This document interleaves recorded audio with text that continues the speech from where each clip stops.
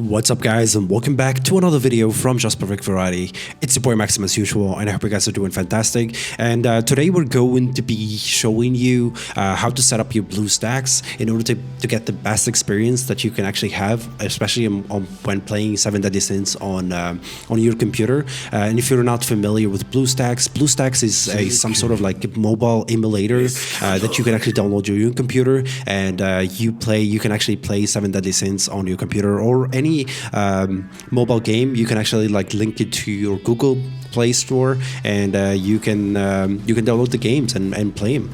So basically, yeah, a lot of people have been asking me, how does your game look so smooth, especially when I'm streaming it, and it looks buttery, super sharp, and so on. So I'm going to be running or going through my settings, especially for Bluestacks, and I'm going to show you how you can actually set it up as well.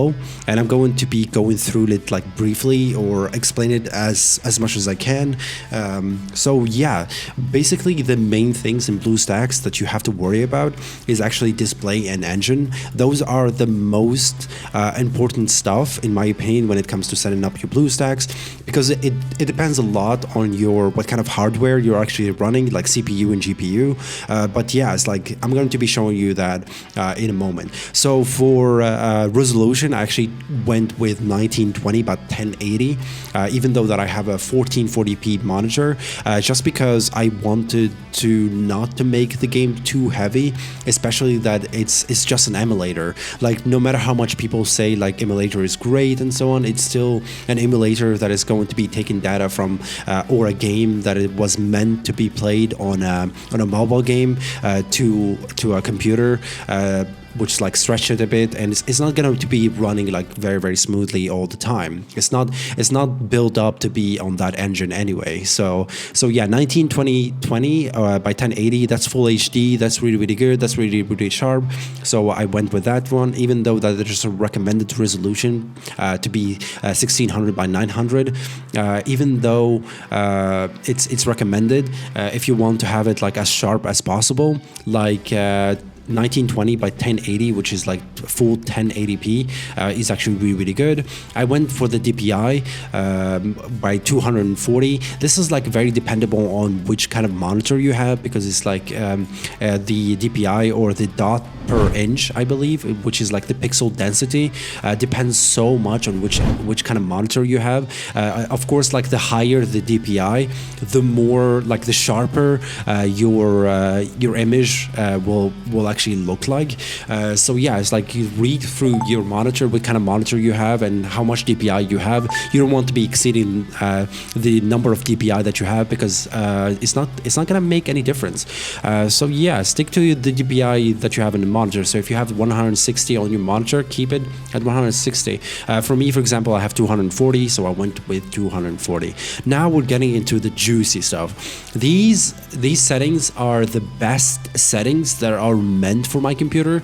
Of course, I have a 1080p. I have a GTX 1080 Ti for a GPU, and also I have an i7 7700K, which is like a really decent like CPU for a computer, and it has a lot of cores.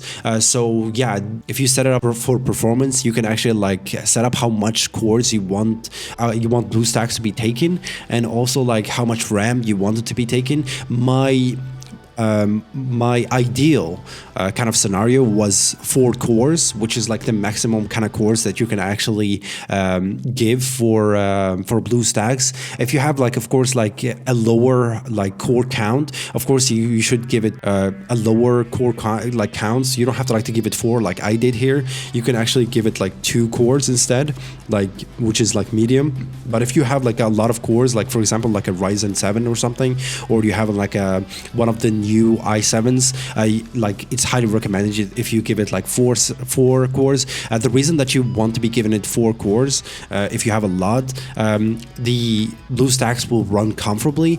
But the issue, if you don't have a lot of like core counts, your CPU will start to throttle, because usually like the CPU or the Windows in the back usually takes around like 2 cores or 1 core. It depends on which kind of like Windows or Windows like version version you're actually running.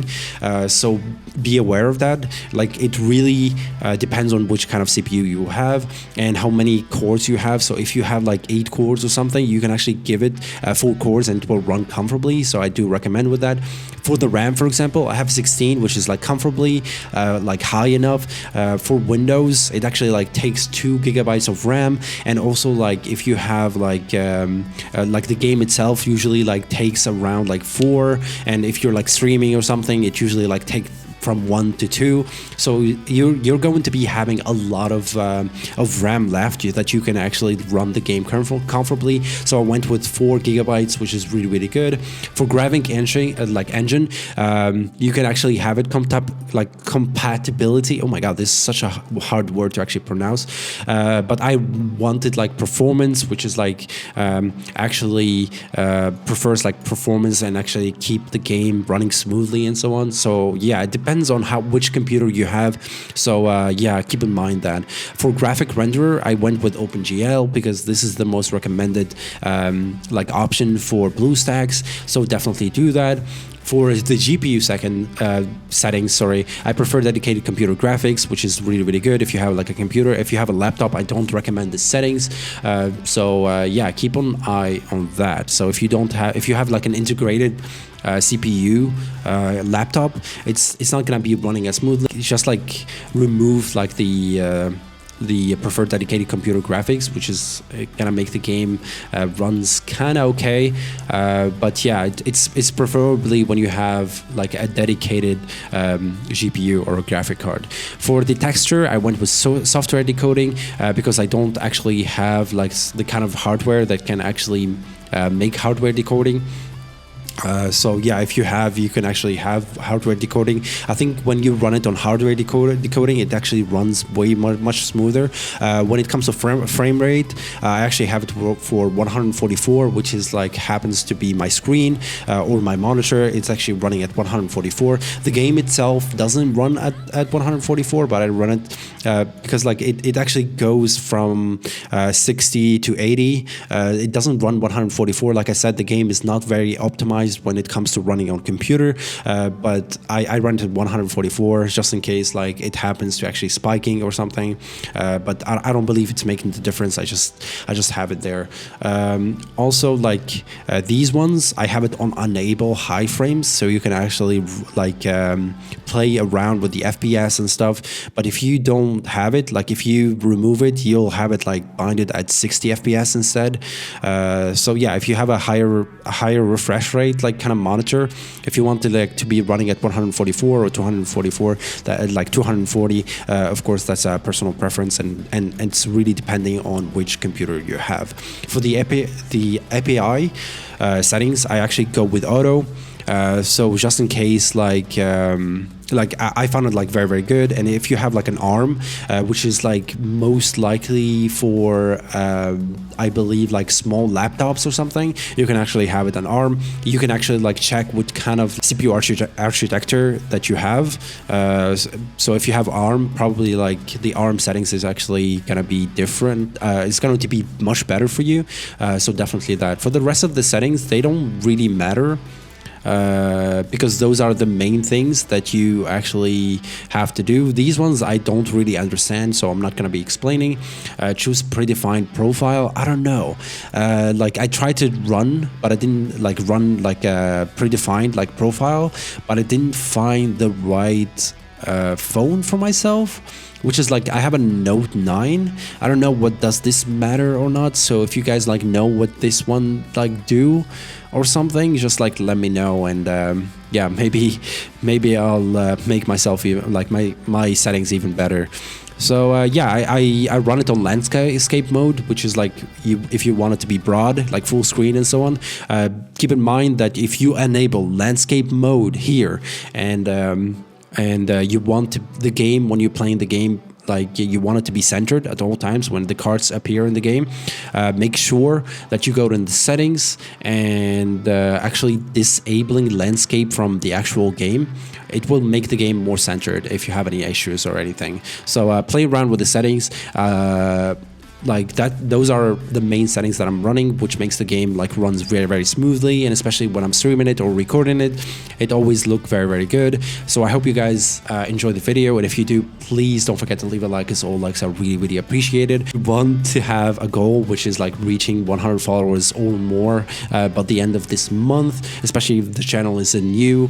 And we try to upload every day 2 videos or more.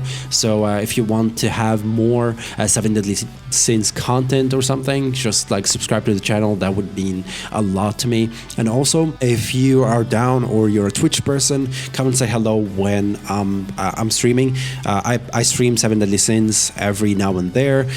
Drop a follow. The link is going to be in the description. And if you have any questions or suggestions, drop them down in the comments. And if you have like something that you want me to be explaining, I'll be more than happy to answer as well.